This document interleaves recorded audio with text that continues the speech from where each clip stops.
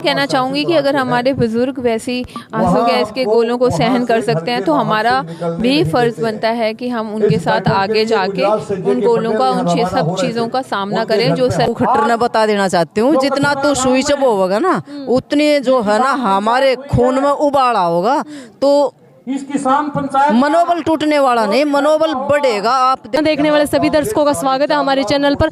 भी लगातार एक महीने से आप देख रहे हो किसान आंदोलन अपने चरम सीमा पर है। इस बीच छुटपुट और कुछ बड़ी घटनाएं भी जो है किसानों के साथ हुई है। सरकार अपनी जो दमन नीति है उसका भरपूर प्रयोग कर रही है। फिलहाल पंजाब की अभिनेत्री कहें, किसान नेत्री कहें, आप कुछ भी कह सकते हो, अभिनेत्री होने के साथ भरपूर रूप से ये अपना योगदान किसान आंदोलन में भी दे रही है।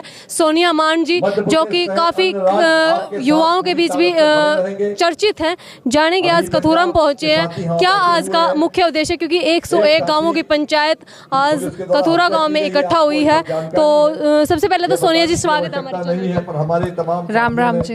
मैडम, जिस प्रकार से किसानों का आह्वान था, एक महीने से लगभग जो है अल्टीमेटम चल रहा था दिल्ली जाने का, जो घटनाएं हो रही हैं, क्या कहना चाहोगे? आज यहाँ पंचायत भी है। मैं ये कहना चाहूँगी कि किसान भाईचारे को इकट्ठे होने की ज़रूरत है और बॉर्डरों पे जाने की ज़रूरत है, क्योंकि हमारी मांगे एक हैं, तो हमें अलग अलग अपनी मीटिंग्स नहीं करनी चाहिए, इकट्ठे एक मंच पे रहना चाहिए।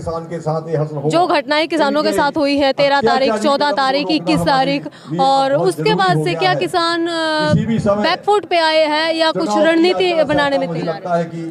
देखिए, किसान कभी भी बैकफुट पे नहीं आए। सरकार गलत कर रही है, किसानों के साथ आंसू गैस के गोले फेंक रही है और एक्सपायर बॉम्ब फेंक रही है। सो मुझे ऐसा लगता है कि सरकार का रवैया गलत है किसानों के साथ। किसान तो अपने मांगे लेके वहाँ पे बैठे हैं, पीसफुल प्रोटेस्ट कर रहे हैं। तो मुझे लगता है कि हर एक किसान को, जाट भाईचारे को, सभी को इकट्ठे होके पंजाब और हरियाणा को इकट्ठे मिलके इस आंदोलन को लड़ना चाहिए। बड़ा सवाल सोनिया जी पूछना चाहूंगी, आपकी अच्छी खासी लाइफ, अच्छा खासा लाइफ स्टाइल था, अच्छी खासी जिंदगी चल रही थी, आपको क्या जरूरत है किसानों के बीच में आने की, ये गोले खाने की, आंसू गैस के गोलियां खाने की, छर्रे खाने की? देखिए, मैं किसान की बेटी हूँ और मेरा हमेशा समर्थन किसानों के साथ रहेगा। बाल बाल आप बची हो 21 तारीख को जो घटना हुई आपको याद ही होगा, उसके लिए क्या? कुछ नहीं, मैं ये कहना चाहूँगी कि अगर हमारे बुजुर्ग वैसी आंसू गैस के गोलों को सहन कर सकते हैं तो हमारा भी फर्ज बनता है कि हम उनके साथ आगे जाके उन गोलों का उन सब चीज़ों का सामना करें जो सरकार हमारे किसानों के ऊपर कर रही है। हाई कोर्ट का तलक बयान आया है खट्टर सरकार पे कि किसानों पर गोलियां मत बरसाइए, उग्रवादी नहीं है, आतंकवादी नहीं है। तो कोर्ट के बयान पर क्या कहना? देखिए, कोर्ट को हमेशा किसानों का साथ देना चाहिए, सही का साथ देना चाहिए बेसिकली, और क्योंकि फिर नहीं तो विश्वास उठ जाएगा लोगों का अपने कोर्ट से।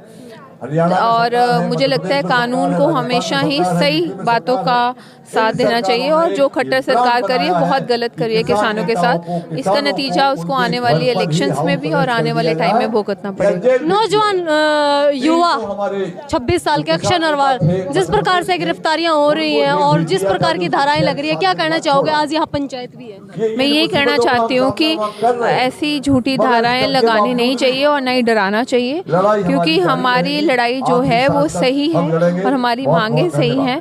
सो मैं इस पंचायत में भी अक्षय के समर्थन के लिए आई हूँ। बहुत धन्यवाद। हमारे साथ गीता अहलावत।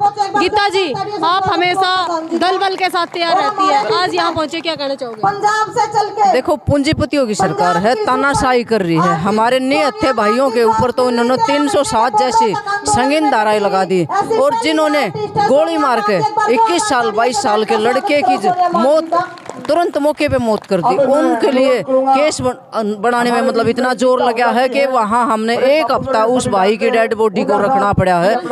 हाँ, उसके बाद जो उसका अंतिम संस्कार किया गया, जबकि सबसे पहले तो ये बनता था कि खट्टर पे केस होना चाहिए था, अनिल विज पे केस होना चाहिए था, और लगा रहे हमारे निहत्थे और निर्दोष भाइयों के ऊपर बड़े।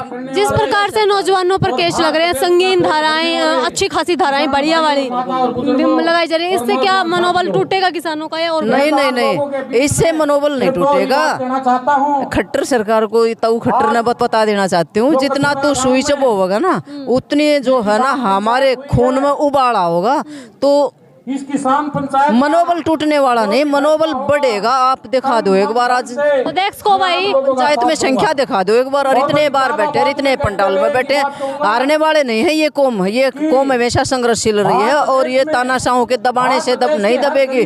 जब जब जब तानाशाह दबाना चाहोगे तब तब ये कौम और जागरूक होगी। कई लोग लुका बोले तो पीछे लेकर बैठे हैं, बोले तो किराए के किसान क्या ले रहे हैं, मतलब पैसे लेकर बैठे वीडियो में, बोले तो बिके हुए किसान। किसने दे रखे हैं ये थारे फूफार किसे तो दे रखे, ये त्रिबुआ रही दिखा दो किसने दे रखे हैं। ये असली किसान है, ये वो संघर्षशील कौम है, ये किसी के बहकावे में आने वाले नहीं है। ये जब इनका खून बोलता है, जब इनके दिल से आवाज आती है ना, तो ये चलती है। लोग कह रहे हैं कि जब से जो है शुभकर्ण की मौत हुई है, किसान थोड़े नरम पड़ गए हैं, किसान अपनी कोई रणनीति नहीं बढ़ा रहे। क्या देखो हमारे भाई का गोली मार दी थी, जबकि आपने पता है कि किसी भी कानून में नहीं है कि तागड़ी से ऊपर गोली चलाना। हमारे भाई को पीछे से गोली मिली, ये कायरता का प्रूफ है सरकार का और हरियाणा का सरकार का। और मैं तो कहती हूँ पंजाब सरकार को कहती हूँ कि आपने ठोस कदम लेना चाहिए आपके बेटे को, और आपके ही एरिया में। और हरियाणा सरकार ने ऐसा कठोर कदम उठाया है, घोर निंदा कदम उठाया है, तो उन्होंने पहल करनी चाहिए और इनको ठाकर जेल में गिरना चाहिए। अच्छा, सरकार बड़ी है या कोर्ट बड़ा है? कोर्ट का सख्त टिप्पणी आई है कि किसानों पर गोलियां चलाना उचित नहीं है। देखो है तो कोर्ट बड़ा, लेकिन तानाशाही सरकार ने देख कर हमने ऐसा लगा है कि कोर्ट छोटा और सरकार बड़ी है। क्योंकि जहाँ जैसे ये व्यवहार कर रहे हैं कोर्ट के साथ, माननीय कोर्ट को नहीं मान रहे, तो शायद सरकार बड़ी लगा है, नहीं तो है तो हमारा माननीय कोर्ट बड़ा। कोर्ट की जिस प्रकार की संपत्ति किसानों के साथ आई है, क्या कहना चाहोगे? कोर्ट अपना डे टू डे अपनी जो है जो तथ्य है या फिर बयान है वो जारी करती रहती है। देखो माननीय कोर्ट का हम दिल से धन्यवाद करते हैं कि वो बार बार अपने जो है ना कमेंट दे रहे हैं और बिल्कुल निष्पक्ष और सही कमेंट दे रहे हैं जो होनी चाहिए। क्योंकि उनको भी पता है कि किसान अपने हकों के लिए बैठा, नहीं तो किसी किसान को शौक नहीं है अपने घर बार को छोड़ के धूप में, बरसात में, गर्मी में और सड़कों पे बैठना अपने बच्चों के साथ। आप दिखा दो एक 2 साल की लड़की साथ में, तो किसी को शौक नहीं अपने हकों के लिए बैठे। और ये माननीय कोर्ट को भी पता है कि हकों के लिए जो है किसान रोडों पे लेकर। बहुत बहुत धन्यवाद गीता जी।